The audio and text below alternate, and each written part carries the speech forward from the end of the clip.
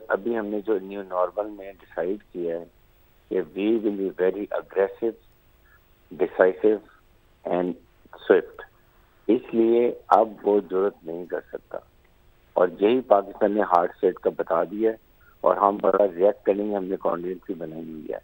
اور ٹرمپ نے جو رات کو بات کی ہے، یہ تو ٹرمپ پچھلے کو 50 دفعہ کہہ چکا ہے کہ انڈیا کی ریکویسٹ کے اوپر میں نے جنگ بندی 2 نیوکلیر پاور میں کروائی ہے۔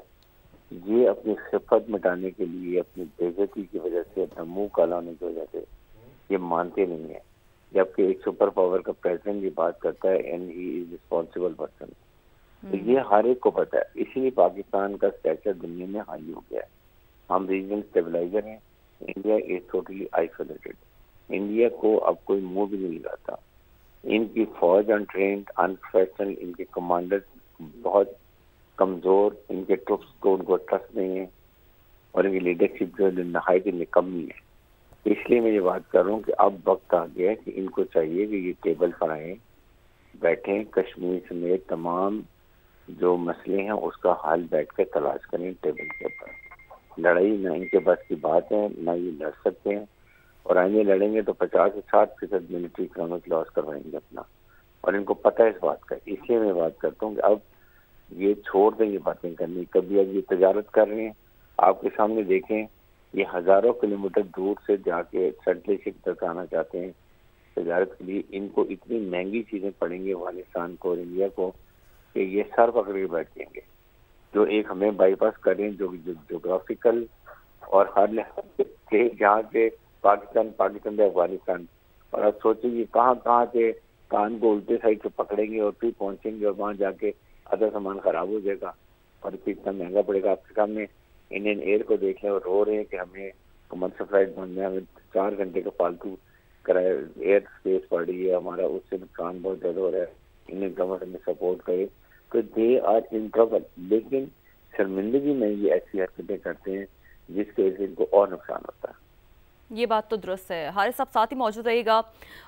جمیل صاحب، جیسے کہ حارث صاحب بھی بات کر رہے تھے نا کہ لڑائی نہ ان کے بس کی بات ہے، نہ یہ لڑ سکتے ہیں، تو جب ہم بات کرتے ہیں 3Ds کی، جس میں ڈائلاگ، ڈیولپمنٹ اینڈ ڈپلومیسی کی بات ہوتی ہے، آپ بحیثیت سابق سفارتکار کیسے دیکھتے ہیں کہ پاکستان کی جانب سے ایک بہت ہی رسپانسبل انداز میں ابھی ریسنٹلی بھی جو ہم نے ٹاکس انیشیٹ کی افغانستان کے ساتھ بھی، وہ بھی بہت ہی زیادہ ہم نے ایک رسپانسبلٹی کا مظاہرہ کیا، لیکن انفارچونیٹلی وہاں پر بھی جو بھارت کا چہرہ ہے بخوبی طور پر بے نقاب ہوا ہے، جیسے کہ وانا واقعے میں جو فتنۃ الہندوستان ہے وہ تو باقاعدہ کھل کر سامنے آیا ہے۔ جمیل صاحب جی ہاں، دیکھیں ہندوستان تو کوئی ہمارا دوست تو ہے نہیں، اس نے تو ہر لحاظ سے اس نے وہ حرکتیں کرنی ہیں کہ جس کے تحت پاکستان کا نقصان ہو۔ تو پاکستان کا تو ہمیشہ سے وتیرہ رہا ہے۔ میں نے آپ کو جو 26 اپریل کا اعلامیہ ہے اس کا حوالہ دیا، اسی طرح 26 مئی کا، اور اسی طرح اپریل میں بھی ہمارا اعلامیہ، دونوں میں ہم نے ڈائلاگ، ڈپلومیسی اور ڈیولپمنٹ کی بات کی نا کہ بھائی آپ پڑوسی ہو، امن کے ساتھ رہو ہمارے ساتھ، جو بنیادی مسئلے ہیں اس پر بات کرو ہمارے ساتھ۔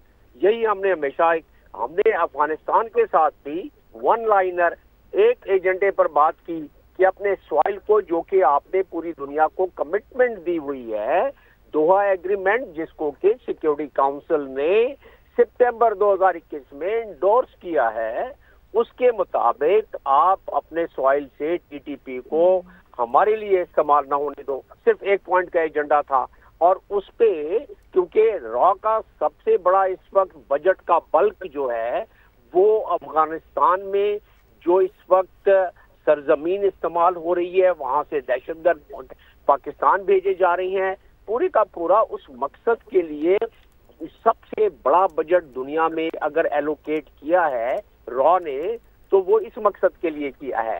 تو ظاہر ہے اس میں افغان طالبان کو ڈائریکٹلی انڈائریکٹلی بہت سارے ان کو مفاد اپنے نظر آ رہے ہوں گے، اور ساتھ ساتھ وہ اب بجائے اس کے کہ روکے TTP کو یا باقی دہشت گرد گروپوں کو، جس کا کہ مانیٹرنگ ٹیم 3 رپورٹ دے چکی ہے سیکیورٹی کاؤنسل کو، اقوام متحدہ کی مانیٹرنگ ٹیم، تو اس کے باوجود وہ کہتے ہیں کہ نہیں ہمارا سوائل استعمال نہیں ہو رہا ہے، اور وہ آخر میں بڑی مشکل سے ان کو منایا ہے ترکی نے کہ نہیں یہ آپ کا ہو رہا ہے، تو انہوں نے کہا کہ ٹھیک ہے ہم کو نہیں ہونے دیں گے، لیکن ایسا نہیں ہے۔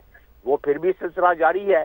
تو لہٰذا یہ تو افغان طالبان جن کو ہم سمجھتے ہیں کہ عام افغانی بالکل ہمارے بہت ساری قدریں مشترک ہے, عام افغانی مصیبت میں ہے.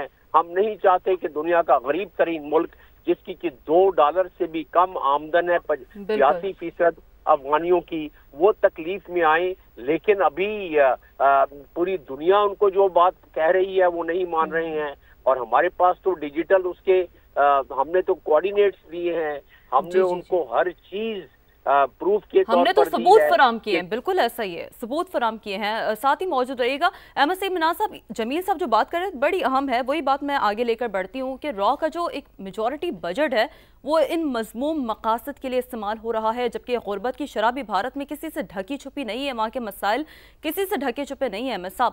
اور جو آرٹیکل 370 والا بھی سارا معاملہ تھا وہ بھی انتخابی سٹنٹ تھا مودی کا احمد صاحب.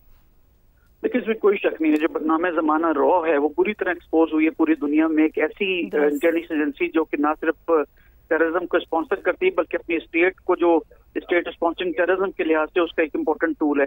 جہاں تک ایکسپوجر کا تعلق ہے وہاں بھی نالائق لوگ موجود ہیں کہ جنہوں نے کینیڈا میں جب خالستان کی لیڈرشپ کو وہاں پہ ہٹ کرنے کی کوشش کی, نیو یارک میں مارنے کی کوشش کی, انگلینڈ میں کرنے کی کوشش کی, قطر ہمارے سامنے ہے, ایون ایران کے اندر جب اسرائیلیز نے اٹیک کیا تو پتہ چلا کہ را کے ایلیمنٹس جو ہیں وہ موساد کے ساتھ جو ہے انفارمیشن شیئر کر رہے تھے.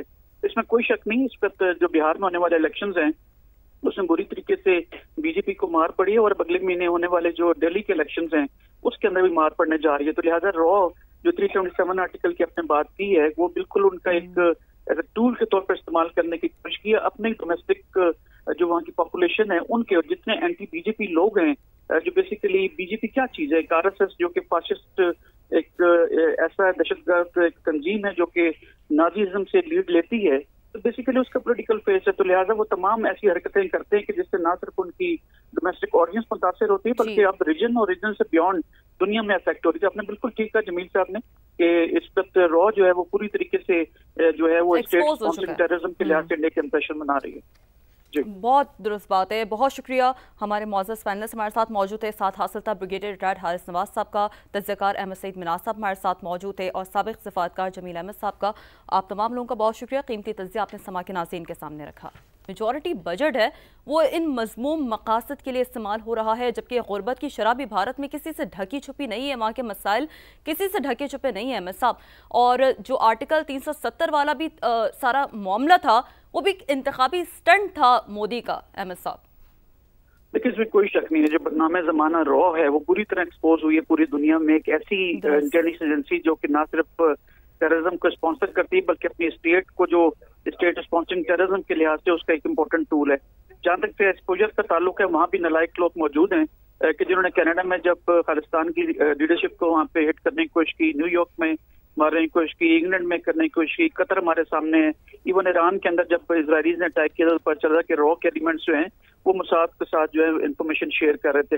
اس میں کوئی شک نہیں. اس وقت جو بہار میں ہونے والے الیکشنز ہیں اس میں بری طریقے سے بی جے پی کو مار پڑی ہے, اور اگلے مہینے ہونے والے جو دہلی کے الیکشنز ہیں اس کے اندر بھی مار پڑنے جا رہی ہے. تو لہٰذا را جو 377 آرٹیکل کی آپ نے بات کی ہے وہ بالکل ان کا ایک ایز اے ٹول کے طور پر استعمال کرنے کی کوشش کی ہے. اپنے ڈومیسٹک جو وہاں کی پاپولیشن ہے ان کے, اور جتنے اینٹی بی جے پی لوگ ہیں, جو بیسیکلی بی جے پی کیا چیز ہے, ایک آر ایس ایس جو کہ فاسسٹ ایک ایسا دہشت گرد ایک تنظیم ہے جو کہ نازیزم سے لیڈ لیتی ہے, تو بیسیکلی اس کا پولیٹیکل فیس ہے. تو لہٰذا وہ تمام ایسی حرکتیں کرتے ہیں کہ جس سے نہ صرف ان کی ڈومیسٹک آڈینس متاثر ہوتی ہے بلکہ اب ریجن اور ریجن سے بیونڈ دنیا میں افیکٹ ہو رہی ہے. آپ نے بالکل ٹھیک کہا جمیل صاحب نے کہ اس وقت را جو ہے وہ پوری طریقے سے جو ہے وہ اسٹیٹ اسپانسرنگ ٹیررزم کے لحاظ سے نیک امپریشن بنا رہی ہے.